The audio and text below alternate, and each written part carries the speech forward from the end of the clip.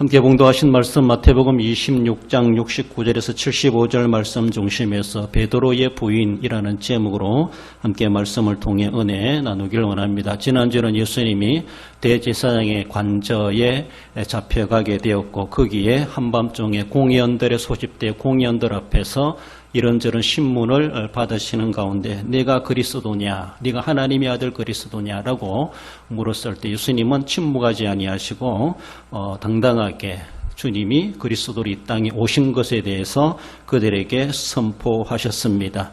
그래서 신성모독이다. 신성모독죄를 정확하게 어쩌면은 율법에 명하신 대로 그래서 돌로 쳐 죽여야 되리라고 말씀하신 것처럼 사형에 해당되리라. 모든 공의원들 어쩌면은 이구동성으로 그렇게 외치지 않았나라고 볼 수 있습니다. 그래서 사형수가 되었다라는 것을 우리가 살펴보았습니다. 예수님을 책찍질하고 뺨을 때리고 희롱하고 조롱하고 온갖 예수님을 두고 그렇게 고난을 입혀갔던 그 모든 사람들, 어쩌면은 예수님의 육체를 성전으로 우리가 비유해 볼 때 육체 예수님의 지금 하나님의 성전을 파괴질하는 그런 사람들이었다라는 것을 살펴보았습니다. 예수님이 이러한 고난의 현장에 또 한 사람의 초점이 맞춰지는 것을 오늘 본문은 베드로를 그렇게 초점 맞추어서 말씀해 줍니다. 지난주까지는 예수님이 한 장면의 주인공으로 나타났다면은 우리가 하나의 드라마로 생각해 볼 때 오늘 방영되고 있는 이 내용에 대해서는 이 카메라맨이 이 저자가 베드로를 중심으로 스토리를 이어가고 있다라고 볼 수가 있습니다. 예수님의 일들은 계속 진행되어 가는 가운데 그 변두리 주변에서 무슨 일이 일어나고 있는가라고 하는 것을 카메라를 잠깐 돌려가지고 예수님은 눈에 안 보이지만 예수님의 그 주변 변두리에서 일어나는 일들 그 중에 잡힌 사람이 바로 베드로였다라는 것이죠. 그 베드로 중심으로 예수님의 주변에서 어떤 일들이 일어나고 있는가라고 하는 것을 밝혀주고 있습니다. 한편은 거기서 베드로가 우리가 알고 있는 것처럼 예수님을 모른다고 부인하고 맹세하고 저주하고 이런 일들까지도 저질러 갔던 그러한 참 안타까운 그런 장면의 모습들을 우리에게 보여줍니다. 부인하고 더 나아가서는 부인한다고 하는 것은 거절하는 것이고 불신하는 것이죠. 그렇습니다. 그건 하나님 앞에 엄청난 죄가 된다는 사실. 하나님 앞에 큰 죄라고 하는 것은요, 도덕, 윤리 이런 죄도 죄지만은 하나님을 하나님으로 인정하지 않는 것, 하나님을 믿지 않는 불신의 죄가 가장 큰 죄라고 말할 수 있습니다. 도둑질했다고 지옥 가는 것이 아니라 예수님 안 믿었다고 지옥 가는 겁니다. 그렇습니다. 그 죄 때문에 불신죄 때문에 구원받지 못한다는 것이죠. 그렇습니다. 부인한다고 하는 것은 오늘 본문의 베드로 입장에서 베드로 이치에서 바라볼 때는 정말로 자기는 천국이 아니라 지옥을 선택할 만큼 그렇게 자신이 예수님을 모른다고 부인해버리는 이런 일들, 알면서도 모른다고 부인도 하고 거짓말도 하는 그런 모습을 볼 수가 있죠. 그러면서 그는 또한 회개하게 되는 것을 보게 되죠. 그렇습니다. 예수님은 고난받고 있는데 자신은 고난을 회피하려고 하는 그런 모습을 보고 있죠. 그러나 그 고난과 함께 우리는 감당해내야 되는 것이 사명이라고 하는 것을 봅니다. 여러분들, 부인하는 것은 실패하는 겁니다. 그러나 회개하는 것은 그 실패의 자리에서 새로운 기회, 재기하는 것이다 라고 말할 수 있습니다. 그래서 회개로부터 새로운 도전이, 새로운 기회가 우리에게 재기의 기회가 시작되고 있다고 하는 것을 볼 수가 있죠.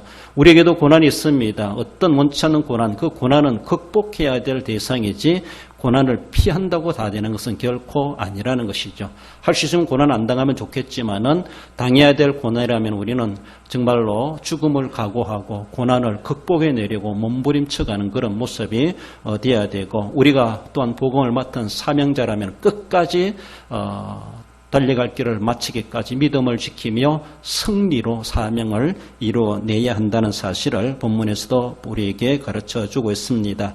베드로를 초점 삼아서 생각해 볼 때 베드로가 대제사장의 관저 안에서 일어난 일과 그리고 관저 밖에서 일어난 일 두 가지 모습으로 나눠서 함께 살펴봅니다. 먼저는 대제사장 집 관저 안에서 무슨 일이 벌어지고 있습니까? 69절에 보면 베드로가 바깥들에 앉았더니 한 여종이 나와 이르되 너도 갈릴리 사람 예수와 함께 있었도다 하거늘.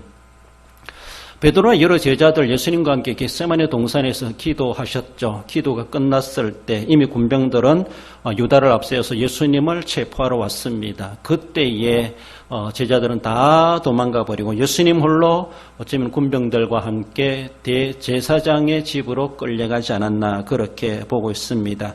이런 가운데 베드로가 어떤 분은 그렇게 표현해요. 베드로가 막 도망가다가 예수님 어디 가셨지? 예수님은 잡혀가셨네?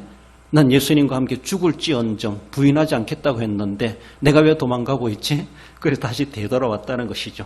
그래서 멀찍이 예수님 가는 길을 바라보면서 멀찍이 따라왔는데 따라오다 보니까 대제사장이 집에 들어가야 된다는 것이죠. 그 집은 아무나 출입할 수 있는 것이 아닙니다. 우리가 궁궐을 생각해 볼 때 그 문지기가 있습니다. 문지기에서 신분을 확인하고 들어갈 사람, 못 들어갈 사람, 그래서 확인되는 사람만 그렇게 출입시켜주고 들어가게 되는데 예수님이 저 안으로 잡혀 들어갔다는 것이죠. 베드로가 도망가다가 멀찍이 따라왔는데 한밤중이겠죠. 그러나 이 문턱에서 딱 들어갈 수 없는 자가 되었죠.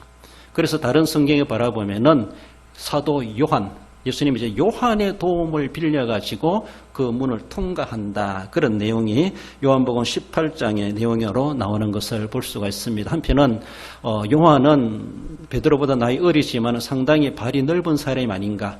그리고 그 관리들 대제사장 집에 문지기 하는 사람과 아는 관계가 아닌가 그렇게 보고 있습니다. 그래서 어쩌면 요한이 이 사람들 신분 보장할 테니까 들어보내주세요 했을 것 그런 모습으로 요한의 도움을 받아가지고 대제사장 집들까지 들어갈 수 있었다. 그렇게 요한복음에서는 그렇게 말씀하는데 아마 사도 요한도 같이 따라 들어간 것으로 그렇게 보여주고 있습니다. 요한복음에서 요한은 자기가 그거를 쓰면서 자기 이름을 밝히진 않습니다만은 그러나 그 내용으로 바라보면은 베드로와 요한이 함께 그 뜰 안으로 그 관문을 지나서 대제사장 집에 들어갈 수 있지 않았겠는가. 대제사장에 어쩌면 그들 공의원들이 모여있는 중앙 자리까지는 못 나간다 할지라도 그까지 또 가다가 또 여러 문들을 통과해야 되죠. 다시 확인을 받아야 되는 가운데 그까지는 못 가고 문틈으로 멀리 바라볼 수 있는 그런 정도는 되지 않았나 그렇게 보여지고 있습니다. 요한의 도움을 받아서 대제사장 가야바 관저에 들어갈 수가 있었고 그래서 바깥들에서 추운 날에 불을 쬐고 다른 사람들과 예수님이 어떻게 되는가 곁눈질을 하면서 그 길을 그리 기울이면서 관심을 가지지 않았나 그렇게 보여집니다. 마가복음 14장 54절에 보면 베드로가 예수를 멀찍이 따라 대제사장의 집들 안까지 들어가서 아랫사람들과 함께 앉아 불을 쬐더라고 말하고 있습니다. 그렇습니다. 대제사장 집에 들어가신 예수님은 어떤 일을 당하고 있습니까? 이미 사형 선고를 받고 모든 사람들에게 내줌을 당하게 되어서 그 군병들에게 그 하찮은 사람들에게 멸시천대 수치 희롱을 당하시는 예수님의 그 모습 그렇습니다. 어쩌면은 예수님을 그렇게 희롱하는 그런 장면들이 베드로의 곁눈질에도 볼 수가 있었지 않았겠는가 그렇게 생각해 봅니다. 예수님의 고난이 실제적으로 시작되었다고 하는 것을 볼 수가 있고 그렇게 수천 명의 사람들의 총을 받는 예수님이 저 사람들에게 무리들에게 정말로 하찮은 노예 맛도 못한 그런 취급을 당하시는 예수님의 그 모습을 곁눈질이라도 쳐다보고 있는 베드로의 마음도 찢어지지 않겠는가라는 것입니다. 어저께까지만 해도 그렇게 수천 명의 사람들이 예수님을 그렇게 왕으로 모시듯이 할 것처럼 그렇게 했는데 하룻밤 사이에 예수님이 저렇게 추락하고 저렇게 천대받는 그런 모습을 바라보면서도 어쩌면 베드로의 마음도 그렇게 편치 않았을 것이다 라는 것입니다. 그렇지만은 거기 앉아있는 사람들 한편에서는 문을 지키고 있는 사람이니까 여종이 베드로를 알아보게 되지요. 그러면서 너도 저 사람과 한 패로다, 한 도당이로다, 뭐 이런 식으로 베드로를 알아보는 그런 말을 하게 될 때 베드로는 결단코 아니라고 부인하게 되는 것을 볼 수가 있습니다. 어쩌면은 예수님을 그렇게 조롱하고 희롱하는 이 사람들, 자신들의 어쩌면 권력자들의 행포를 말해줄 수가 있고 그들은 직권을 남용하면서 예수님을 오로지 죽이려고 하는 그런 목적을 삼아서 이루어져가는 그런 모습. 베드로가 아무리 혈기가 있는 사람이랄지라도 끝이 쳐들어가 가지고 예수님을 구출해낼 수가 없는 또 그만한 용기도 발휘할 수 없는 그런 가운데 있었지 않았겠는가. 울분이 터져 나오지만은 그것을 표출할 수 없었고 도리어 한 여종에게 한 소리 들었을 때에 정말로 직설적으로 나는 아니다라고 부인해버리는 그런 모습을 보여줍니다. 70절에 보면은 베드로가 모든 사람 앞에서 부인하여 이르되 나는 내가 무슨 말을 하는지 알지 못하겠노라. 72절에서는 베드로가 맹세하고 또 부인하여 이르되 나는 그 사람을 알지 못하노라. 74절에서 보면은 그가 저주하며 맹세하여 이르되 나는 그 사람을 알지 못하노라. 어쩌면은 거짓말을 해도 이렇게 당당하게 거짓말할 수 있습니까? 자기도 위험을 느끼고 생명의 위험을 느끼고 너도 같은 도당이라고 하며 같이 잡아가서 예수님이 당하시는 것처럼 자기도 그렇게 당할 것 같은 위협을 느끼지 않았겠는가 싶습니다. 나도 덩달아 끌려 들어가가지고 예수님처럼 저런 취급을 당할 것 같다. 아마 이런 위험의식, 위기의식을 느꼈을지 모르지만은 아무튼 그래서 그런지 그는 아주 과감하게 나는 모른다 라고 부인하며 맹세하며 저주했다. 저주는 사람에게 욕하는 거나 마찬가지고 그 사람을 아주 나쁘게 평하는 그런 말들을 이야기하는 것이죠. 어떤 말로 저주했을까? 그저 모른다라고만 한 것이 아닌 것 같아요. 그 사람은 정말 죽을 사람이다. 뭐 이런 식으로 비하한다든가 그 사람에 대해서 안 좋은 말들을 막 퍼뜨려가는 이런 모습들을 저주라고 말해볼 수가 있죠. 그만큼 예수님에 대해서 단순한 부인만이 아니라 나는 모른다. 거짓말은 단순한 거짓말이 아니라 진짜 모르고 그리고 진짜 그분을 미워하는 사람처럼 나는 반대다. 난 반대 세력자다. 이렇게 나타내는 것처럼 예수님을 향하여 저주하며 맹세했다. 그렇게 말하고 있습니다.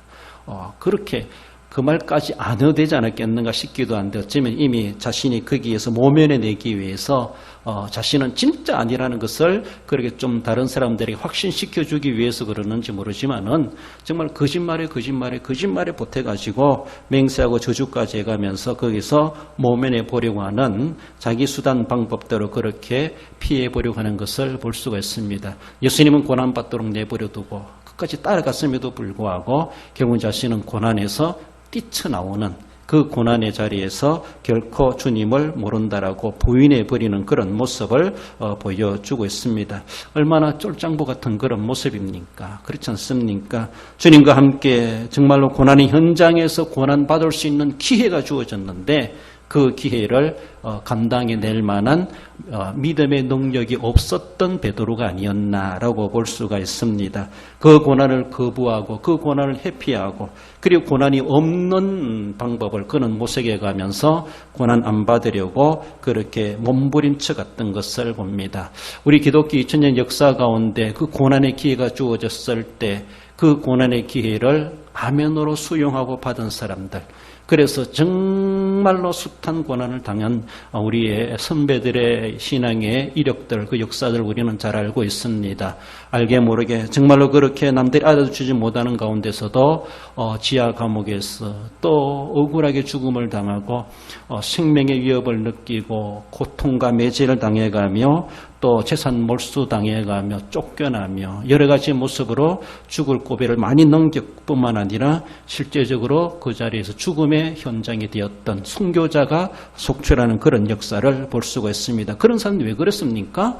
그들은 그런 생명의 위협을 느낄 만한 고난의 현장이 있었다는 것이죠. 고난이 시작될 수가 있었다는 것이죠. 거기서 나 모른다, 나는 아니다 라고 부인하면 됩니다. 그러면은 살아날 수가 있습니다. 베드로처럼.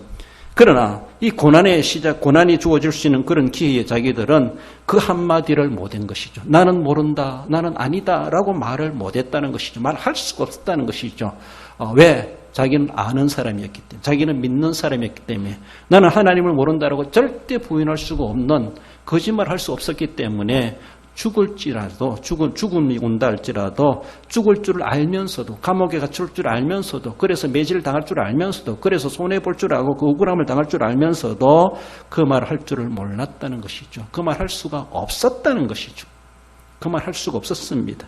남들이 볼 때는 그래서 요절당하고 그래서 참 비참한 인생의 종말을 구했다 이렇게 말할지 모르지만은 정말로 그 고난은 결코 우리 주님이 잊지 않고 계시다고 하는 사실, 고난당하고 억울함당하고 많은 피해를 입었던 그 사람들, 나아가서는 생명까지도 아낌없이 내어주면서 믿음을 지켜갔던 믿음의 선조들, 그들의 신앙에 우리는 유업을 받고 오늘도 그 신앙의 정신을 가지고 살아가고 있음을 우리는 늘 생각해 가야 됩니다.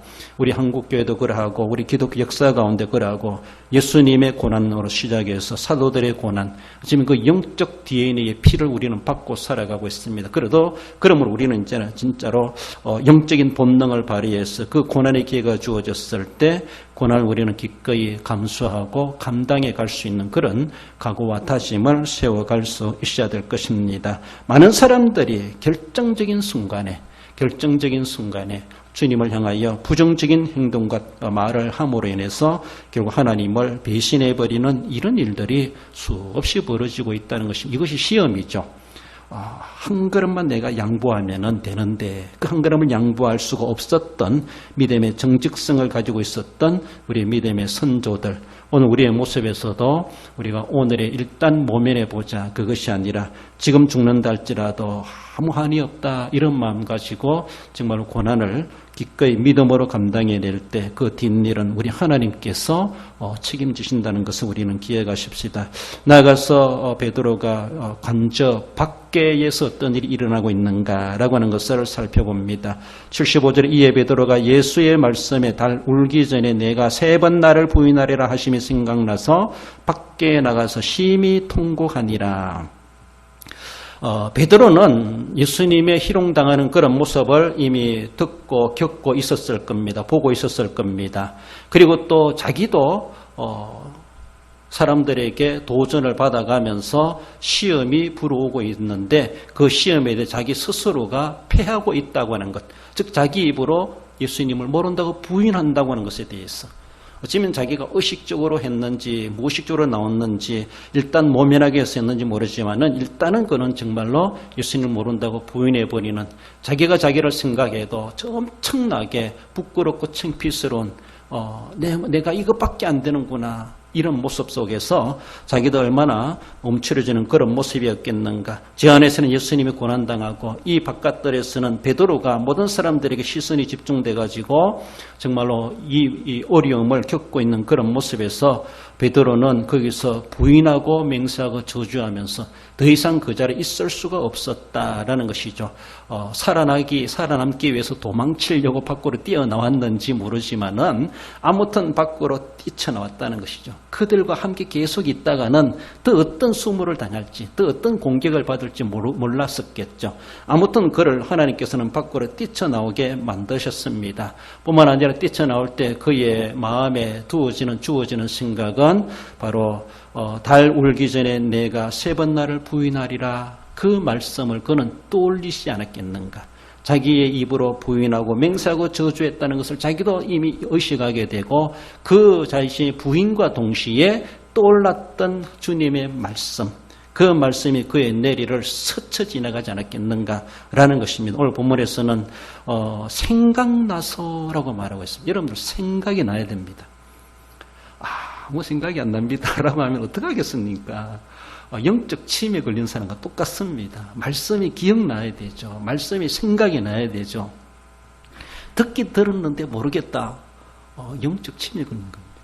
말씀이 되새김질하고 말씀이 기억이 나야 되는데 들은 것 같기도 한데 잘 모르겠다. 어떡하겠습니까? 그러면서도 또 주일날 말씀에 대해서 집중적으로 안 들어. 그냥 피상적으로 듣다 보니까 뭔가 목사님이 또 성경이 뭐라 말씀하신 것 같은데 잘 모르겠다. 그러니까 나 모른다. 그래 멀쩡하게 살아있으면서도 겉으로 볼 땐 멀쩡한데 치매 걸린 사람처럼 영적인 치매에 걸린 우리의 모습들이 얼마나 많겠는가라는 겁니다. 안다고 할 때 알 것을 알아야 되죠. 말할 것을 말할 줄 알아야 되고 거기에 대해서 대답할 줄 알아야 되고 반응을 볼 줄 알아야 되는데 그렇지 못할 때가 얼마나 많겠는가. 그래도 하나님께서는 베드로에게 그로 하여금 생각나게 하셨다는 것이죠.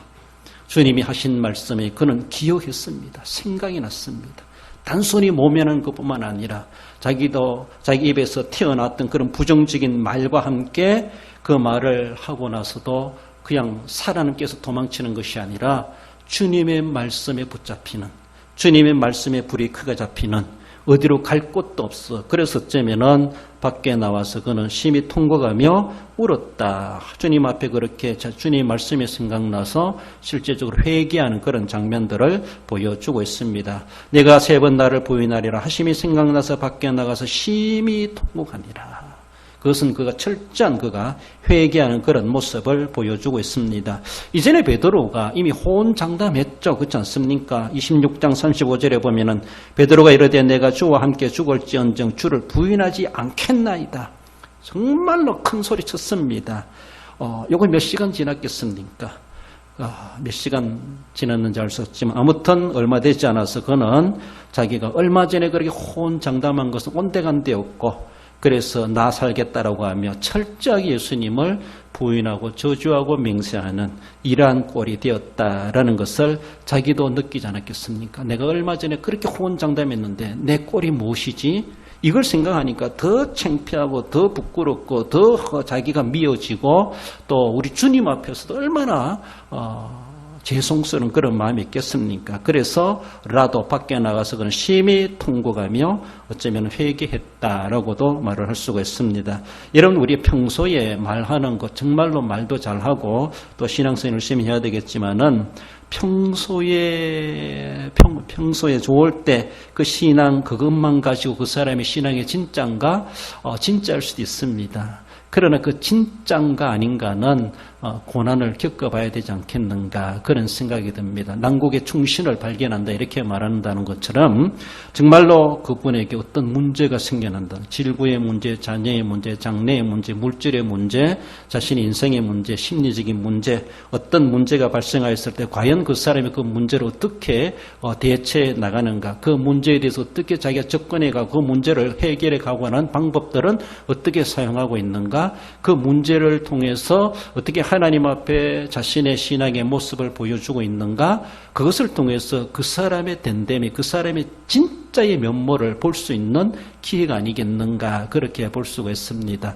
평온할 땐 평탄할 땐 잘 모른다라고 할 수 있습니다. 다 잘하는 것 같고 다 믿음 좋은 것 같고 다 충성하는 것 같고 물론 그렇게 하시기도 합니다만은 좋을 때도 못하면 어떡하겠습니까? 그러나 평안하고 코로나 없을 때도 주일 덩슴덩슴 예배에 참석하고 별로 그렇게 열심히 안 하시는 그런 분들도 없잖아요. 있기도 합니다.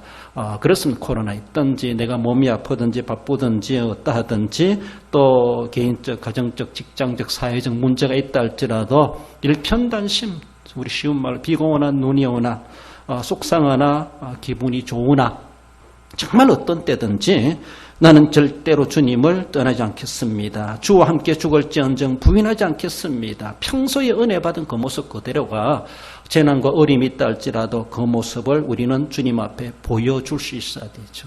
정말로 내가 그렇게 다짐하고 그렇게 은혜 받기도 했는데 내가 이것쯤은 이겨내야지. 그래서라도 막 감당해내려고 하는 그런 자세가 필요하기도 하죠. 난 평소에 아무 선서도 안 했고 결단도 안 했고 맹세도 안 했으니까 어려움 당하면 나는 뭐 내 마음대로 해도 된다. 이것이 아니라는 것이. 평소에도 하나님 앞에 정말로 굳은 결의를 가지고 해보겠습니다. 헌신도 서약도 서원도 해보고 하나님 앞에 작정도 해보고 막 그렇게 해가면서 다져가는 것이죠. 그런 평소에도 그렇게 작정도 안 해보고 평소에도 철야도 안 해보고 평소에도 기도도 안 해본 사람이 무슨 일이 있을지라도 난 주님은 떠나지 않겠습니다. 라고 그렇게 각오를 내세울 수 있겠습니까?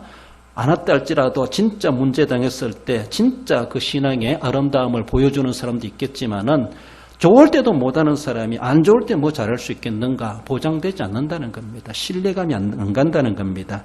그러면 일상적인 삶 속에서 평소에 정말 맡겨진 직분대로 철저하게 신앙생활하는 그런 모습이 더 필요하기도 하고 그렇게 했던 사람들이 어려움이 있을 때도 더 그만큼 조금은 뒤처지는 한이 있다 할지라도 해낼 수 있는 그래도 양심의 가책이라도 받으면서 도전을 받을 수 있지 않겠는가라는 것을 볼 수 있습니다. 베드로가 자신에 대해 더 그렇게 원망스럽고 통곡할 수밖에 없는 것은 내가 얼마 전까지 그렇게 장담했는데 내외가 뭔가라고 했을 때 더 철저하게 회개할 수 있지 않았겠는가라는 겁니다. 그렇게 호언장담하는 사람은 별로 양심의 가책도 별로 느낄 겁니다. 그러나 정말로 철저하게 하려고 했던 사람들, 그런 사람들이 혹여나 실수로 그리고 문제가 생겨났을 때는 회개도 크게 할 수가 있고 철저하게 할 수 있습니다. 그렇습니다. 회개에서 모든 것들이 시작된다 이렇게 말할 수 있어요. 회개 자체가 하나님의 은혜이지만은 하나님의 은혜의 저수지물이 터지게 되는 것이 회개로부터 시작된다. 회개로부터 우리의 믿음의 성장이, 우리의 믿음의 발전이 그렇습니다. 하나님의 은혜의 은사의 체험이 회개로부터 시작된다. 내가 변화되고 성장하는 그것은 회개로부터 시작된다. 더 근본적인 모습에서 회개로부터 구원은 시작된다. 이렇게 말할 수 있습니다. 회개 없는 믿음은 있을 수가 없습니다. 회개와 믿음은 하나다. 그래서 말하지 않습니까? 회개와 신앙 이것을 구원의 서정 가운데 하나로 보고 있습니다. 회개와 신앙은 하나입니다. 그러므로 회개가 없이 믿음이 성장한다든가 회개 없이 믿는다든가 회개 없이 구원받는다든가 있을 수가 없다라고 볼 수 있습니다.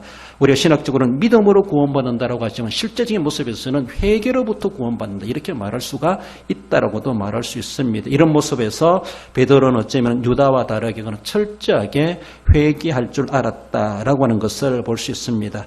관제 밖으로 도망쳐 나온 베드로는 철저하게 주님 앞에 회개했고 그래서 주님은 그를 다시 만나 주시고 재소명하지 않습니까? 그렇습니다. 갈릴리 호수에서 다시 그를 만나시면서 네가 나를 사랑하느냐라고 하시면서 다시 베드로를 만나 주셨습니다. 주님의 권면을 받고 성령 충만함 받고 그가 정말로 그렇게 실패자였지만은 회개하고 그 제 길을 하게 되고 그런 고난을 극복해가며 결국은 사도로서 사명을 신실하게 감당해 갔다라는 것을 말씀합니다. 여러분들 베드로는 자기가 살기 위해서 관저 밖으로 뛰쳐나왔겠지만은 이후에는 그가 이런 관저에 이런 공회에 수없이 끌려갔을 것이다 라고 하는 것을 볼 수 있습니다. 이미 예수님은 제자들이 그렇게 말씀하였습니다. 너희들이 복음을 전하러 다니다가 공회에 넘겨지게 될 것이고 거기 가서 채찍질을 당할 것이고 많은 사람들이 너희들을 고소고발을 할 것이고 그런 일을 당할 것이다. 그래서 공회에 잡혀갈 수 있을 것이다. 갈 것이다.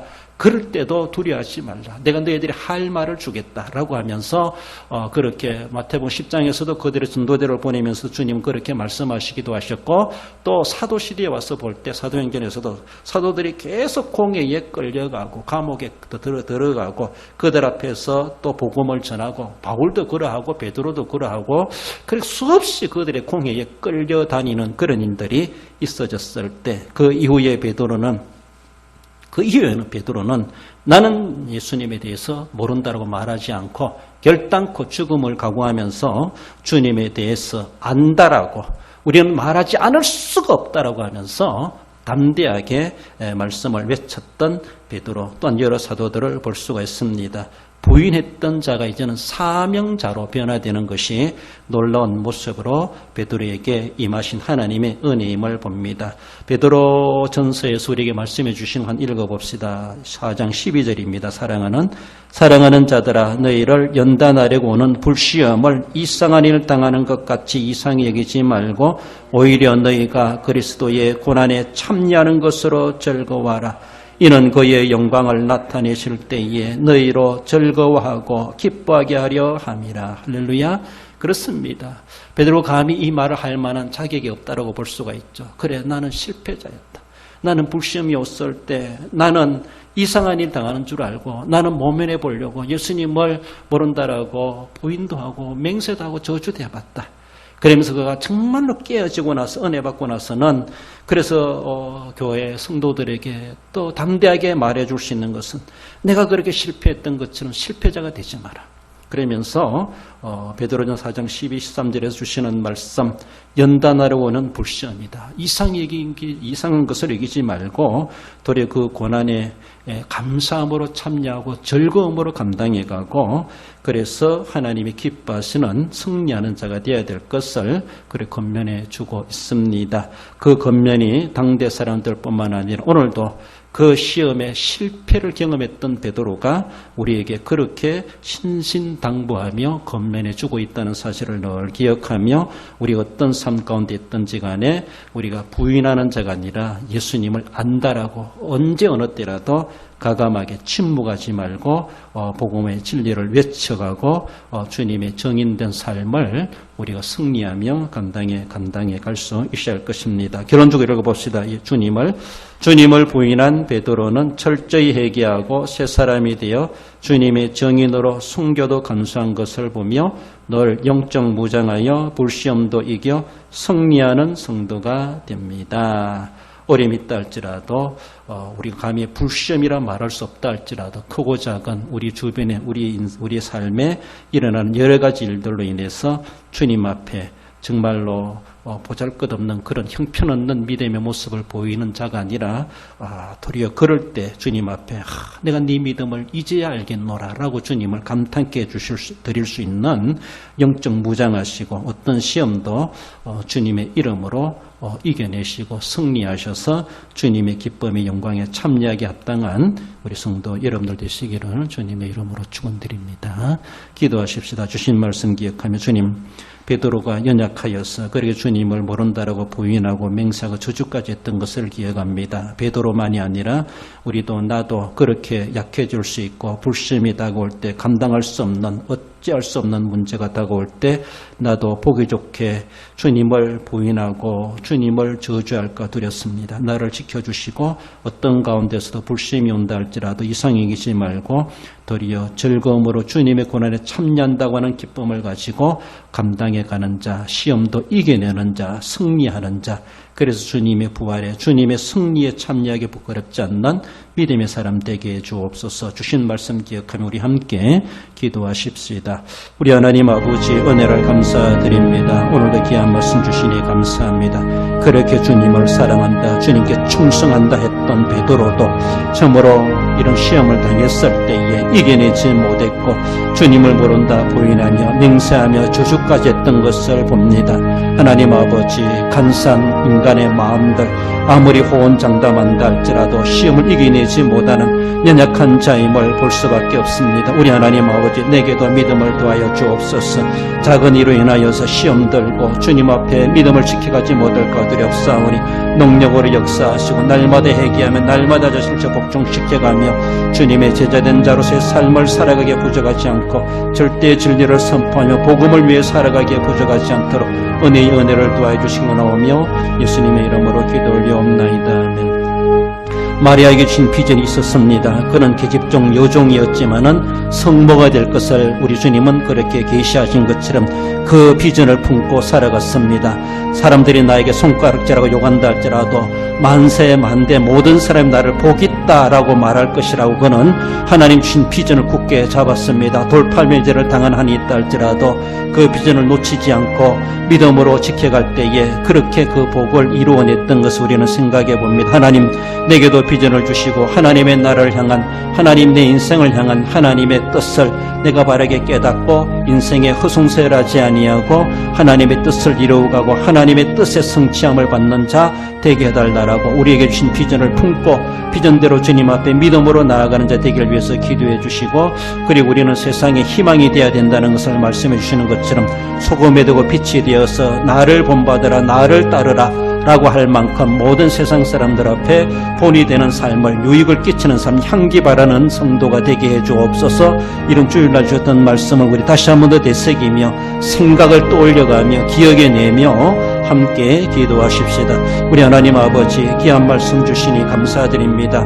참으로 여종과도 같은 이 마리아에게 나타나셔서 그에게 큰 은혜를 베풀어 주시고 비전을 심어주신 것처럼 그 비전을 품고 어떤 멸시, 천대, 모욕, 사람들의 손가락질라도 감수해내고자 했던 것을 기억해 봅니다.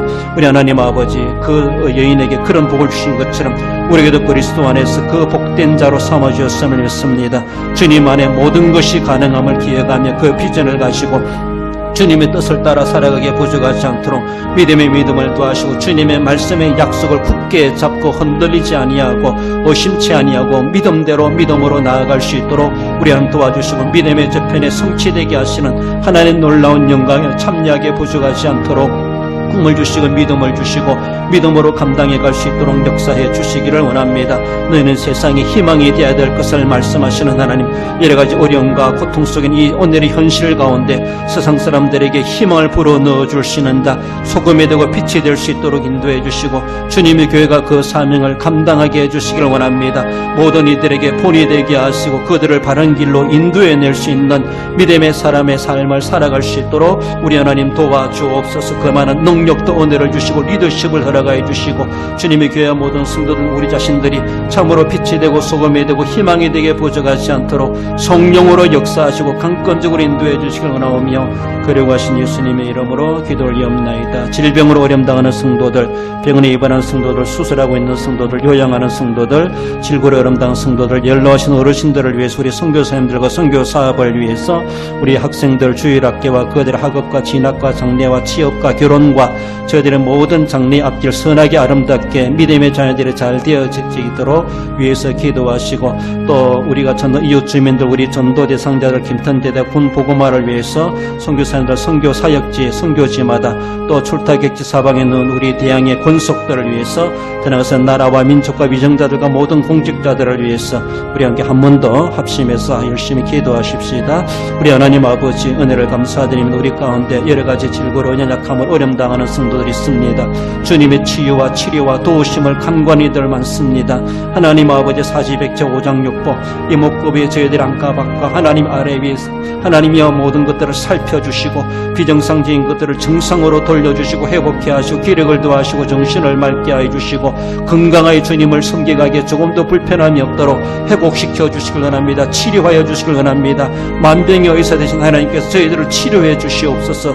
낫게 해 주시옵소서. 하나님의 치료의 기적과 능력을 경험할 수 있는 믿음으로 그 복을 받는 우리 성도들 되게 해주시길 원합니다. 주님의 교회가 하고자 하는 모든 사업들마다 함께하실 기간과 구역과 우리 주일학교를 기억하여 주옵소서. 이런 행사에 함께하여 주시고 우리 자녀들의 학업과 진학과 장래와 저희들의 취업과 저희들의 결혼과 저희들의 앞길을 열어주시옵소서. 교행하는 모든 선교사업과 선교사님들 선교 현지에 함께하여 주시고 하나님이 하고자 하는 모든 일들이 성통하게 안전하게 우리 하나님 선교사님들을 지켜주시길 원합니다. 나라와 민족과 군부대와 우리 주민들 기억하여 주시고 우리 전도 대상자를 구원하여 주시고 하나님의 나라가 날마다 확장되어 갈 수 있도록 인도해 주시고 복을 내려주시길 원하오며 그리고 하신 예수님의 이름으로 감사하며